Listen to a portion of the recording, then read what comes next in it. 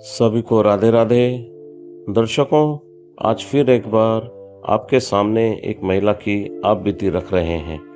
इनकी समस्या यह है कि इनकी शादी ऐसे शख्स से करा दी गई जो इन्हें बिल्कुल पसंद नहीं था।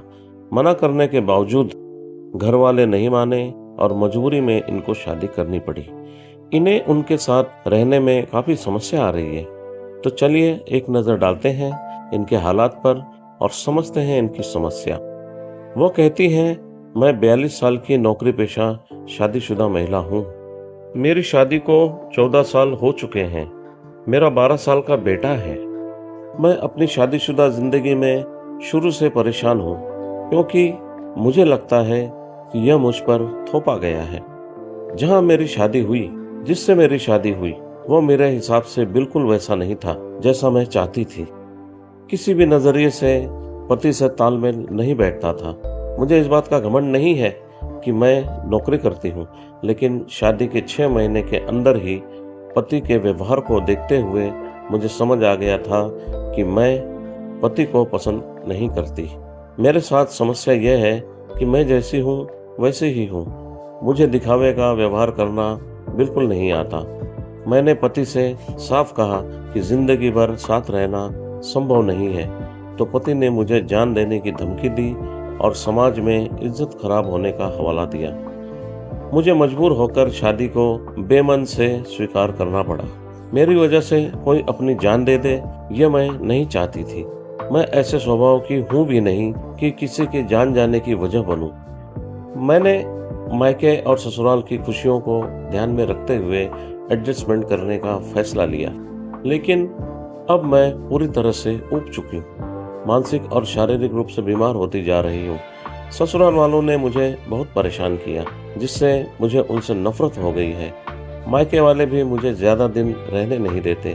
मैं पिछले 14 साल से अपनी खुशी को मार कर दोनों परिवार वालों की इज्जत को ध्यान में रखते हुए रिश्ता निभा रही हूँ। बच्चा होने के बाद मैंने पूरा ध्यान उसकी परवरिश पर लगाया, लेकिन वो भी अब बड़ा हो चुका है। मैं अब 40 की उम्र सीमा पार कर गई, तो मुझे शारीरिक और मानसिक परेशानियों ने ज़्यादा घेर लिया है। ससुराल में रहने का बिल्कुल मन नहीं करता। बीच बीच में मायके जाकर रहती हूँ, लेकिन इस पेंडुलम वाली ज़िंदगी से अब बहुत परेशान हूँ। दोनों परिवारों की इज्जत को ढकते हुए मेरी ज़िंदगी की कमर टूट चुकी है। ससुराल में रहती हूँ तो मुझे डिप्रेशन घेर लेता है। मायके में रहूं तो वहां मुझे वो हमेशा ससुराल जाने की बात कहते रहते हैं। मैं फिलहाल मायके में हूं। मुझे क्या करना चाहिए? क्या मुझे अपनी लाइफ के बारे में सोचना चाहिए या ससुराल में वापस जाकर रहना चाहिए? बच्चे के लिए अगर मैं ससुराल में रहती हूं तो वहां मुझे बहुत मानसिक समस्याएं होती हैं, जिससे मैं बीमार भी हो जाती हूँ। मैं भी जीवन में खुश रहना चाहती हूँ, अपनी ज़िंदगी अच्छे से जीना चाहती हूँ, मगर समझ में नहीं आता कि मैं क्या करूं। मुझे पिछले 3 सालों से डिप्रेशन और ओसीडी जैसी समस्याओं का सामना करना पड़ रहा है। मेरे बाल बहुत झड़ चुके हैं। यदि मैं ससुराल में रहती हूं तो ऑफिस जाने या काम करने का बिल्कुल भी मन नहीं करता है। मैं मायके आती हूं तो यह भूल जाती हूं कि मैं शादीशुदा हूं। अपनी नौकरी अच्छे से करती हूं, अपने सारे दैनिक कार्य भी सही से करती हूं। जब मुझे ऐसा लगता है कि ससुराल जाना पड़ेगा तो बहुत ही दुखी हो जाती हूँ। मैं ऐसी सामाजिक व्यवस्था में रहती हूँ जहाँ मुझे न चाहते हुए भी लोगों के सामने दिखाना पड़ता है कि मैं अपनी शादीशुदा जिंदगी में खुश हूँ। लेकिन यह दिखावा वाली दोहरी जिंदगी जीते जीते मैं थक चुकी हूँ। मैं बनावटी नहीं बन पाती हूँ। मेरा स्वभाव ऐसा नहीं है। मैं किसी का दिल नहीं दुखाना चाहती हूँ, लेकिन दूसरों के हित के बारे में सोचती हूँ तो मेरा नुकसान होता है, और खुद के बारे में सोचती हूँ तो मेरा सामाजिक जीवन डिस्टर्ब होता है। मेरा बेटा मेरी परेशानियों को समझता है, लेकिन वो कहता है कि मुझे माँ और पापा दोनों चाहिए। ऐसी स्थिति में समझ नहीं आता है कि मुझे क्या करना चाहिए। ऐसा क्या करूं कि मैं अपना जीवन खुशी से जी सकूं। दर्शकों, आपने सुनी इनकी समस्या। इन्होंने सलाह मांगी है कि इन्हें आगे क्या करना चाहिए।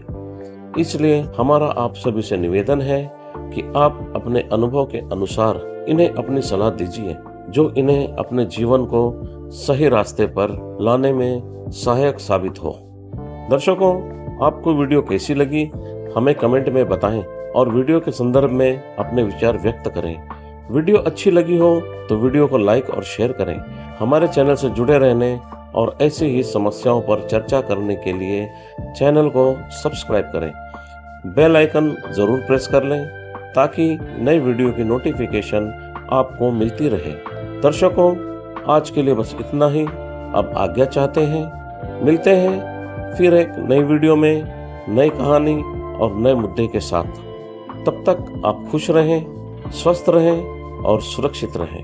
अभी तक हमारे साथ जुड़े रहने के लिए आप सभी का बहुत बहुत धन्यवाद।